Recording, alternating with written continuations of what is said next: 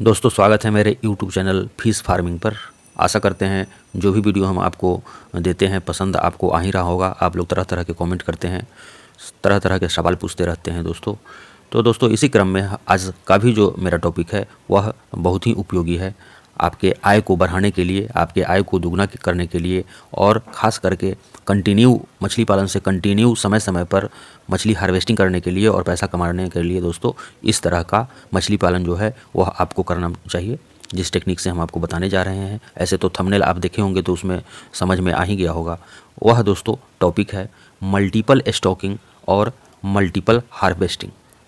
यानी जब हम अपने एक तालाब में, मान लीजिए 1 एकड़ का तालाब हो या हाफ एकड़ का तालाब हो या बड़ा तालाब हो, हम एक तालाब में जब 5000 सीड स्टॉक करने की बात आती है तो उसमें हम पहली दफ़ा 3000 सीड एक साइज का डालते हैं। 1 महीने के बाद हम दूसरी दफ़ा उसमें 2000 सीड डालते हैं और तीसरी दफ़ा हम फिर से 1000 सीड डालते हैं। और तीनों सीड का जो साइज़ होता है दोस्तों वह अलग अलग तरह का साइज़ होता है। इस तरह से जब हम मल्टीपल स्टॉकिंग करते हैं, 3 बार में स्टॉकिंग करते हैं, तो हम मल्टीपल हार्वेस्टिंग भी कर सकते हैं। जैसे आप पहली बार जब 3000 सीड स्टॉक किया अपने तालाब में, तो आपको पता होगा 3000 में से सारी मछलियाँ एक समान ग्रोथ नहीं होती है। इसीलिए हम सेकंड चांस में आपको बताएं कि 2000 सीड स्टॉक करना है। तो पहली बार जो आपने डाला है उसमें से मान लीजिए 2000 बच्चे जो हैं एक समान ग्रोथ होता है, 1000 बच्चे का ग्रोथ कम होता है। तो उनका ग्रोथ आप जो सेकंड चांस डाले हैं 2000 बच्चे, उनके साथ इसका ग्रोथ होते जाएगा। और थर्ड चांस जो यह 3000 बच्चा हुआ उसमें से भी हो सकता है कि 1000 का ग्रोथ कम होगा, वह बाद में जो आप डाले हैं उसके साथ उसका ग्रोथ होगा। आप अपने तालाब में अगर मछली पालन आप कर रहे हैं तो जिस समय आप हार्वेस्टिंग लेते हैं अपने तालाब से, उस समय आप देखते होंगे कि कोई मछली 1 केजी की हो गई है और कोई मछली 500 ग्राम की है और कोई मछली 300 ग्राम की है। तो आप खुद करते हैं, 1 किलो वाली मछलियों को आप छांट लेते हैं, उसको बेच देते हैं और 500 ग्राम वाली मछलियों को छोड़ देते हैं फिर से और ग्रोथ होने के लिए दोस्तों। तो इसी को हम मल्टीपल स्टॉकिंग और मल्टीपल हार्वेस्टिंग करते हैं।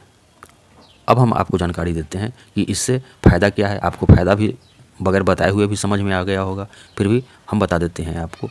इस तरह से जब आप स्टॉकिंग करते हैं तो आपको 1 एकड़ में 5000 डालना है, लेकिन आपने डाला पहली बार 3000, तो 5000 के जगह पर जब आप 3000 डालते हैं, उसको प्रॉपर मात्रा में भोजन देते हैं, तो मछलियाँ जब डालना है 5000 डालते हैं 3000, तो उनको ज़्यादा स्पेस मिल जाता है। इस तरह से 3000 बच्चे बहुत जल्दी ग्रोथ कर जाते हैं आपके। और 2000 1 महीना बाद आप डालते हैं तो तब तक वो पहले वाली बच्चा जो है वह बहुत ज़्यादा अच्छी तरह से ग्रोथ कर जाती है और बाद में भी डालते हैं उसको भी काफ़ी जगह मिल जाता है ग्रोथ करने के लिए। इसी तरह से तीसरी बार जब बच्चा डालते हैं उनको भी अच्छी खासा ग्रोथ मिल जाता है, जगह मिल जाता है बढ़ने के लिए, समय मिल जाता है। और 6 महीने के बाद आप पहली हार्वेस्टिंग ले लेते हैं तो उस समय आपका आमदनी हो जाता है। उसके 1 महीने के बाद आप फिर हार्वेस्टिंग ले सकते हैं दोस्तों। इस तरह से आपको मल्टीपल स्टॉकिंग और मल्टीपल हार्वेस्टिंग से फ़ायदा है, परंतु इसमें कुछ आपको ध्यान भी रखना पड़ेगा। जैसे अगर फैक्ट्री मेड फीड कराते हैं आप अपने मछलियों को, तो उस समय थोड़ी सी सावधानी आपको बरतनी पड़ेगी। जैसे जो बड़ी मछली हो गई है उसके लिए दूसरे साइज़ का आपको मार्केट से फीड लेना पड़ेगा, और जो छोटी मछली है उसके लिए दूसरे साइज़ का फीड लेना पड़ेगा। क्योंकि जो छोटी मछलियाँ हैं 1 महीने बाद डाले हैं, 2 महीने बाद स्टॉक किए हैं, वह बड़े साइज़ की फीड को नहीं खाती है। तो आपको 3 तरह का फीड, 3 साइज़ का फीड लेना पड़ेगा बाज़ार से और अपने तालाब में डालना पड़ेगा। तब जा कर के तीनों मछलियों का ग्रोथ अच्छी तरह से होता रहेगा दोस्तों। तो ये सब फ़ायदे हैं आपको मल्टीपल स्टॉकिंग और मल्टीपल हार्वेस्टिंग करने में। सबसे बड़ा फ़ायदा है कि आपको कई बार हार्वेस्टिंग करने का मौका मिलता है और कई बार पैसा कमाने का मौका मिलता है दोस्तों। और दोस्तों कुछ बातों पर आपको ध्यान देना पड़ेगा। जैसे आपकी मछलियाँ स्ट्रेस फ्री रहें, तालाब में प्रॉपर मात्रा में धूप लगता रहे। इस तरह का तालाब अगर आपके पास है तो मछलियों का ग्रोथ बहुत अच्छा होता है। आपके तालाब का अमोनिया लेवल सही होना चाहिए, इस पर भी मछलियों का ग्रोथ डिपेंड करता है। पीएच लेवल सही होना चाहिए, ऑक्सीजन डिज़ोल्व ऑक्सीजन की मात्रा सही होना चाहिए, और तालाब में जो पानी है उसका टेम्परेचर सही होना चाहिए दोस्तों।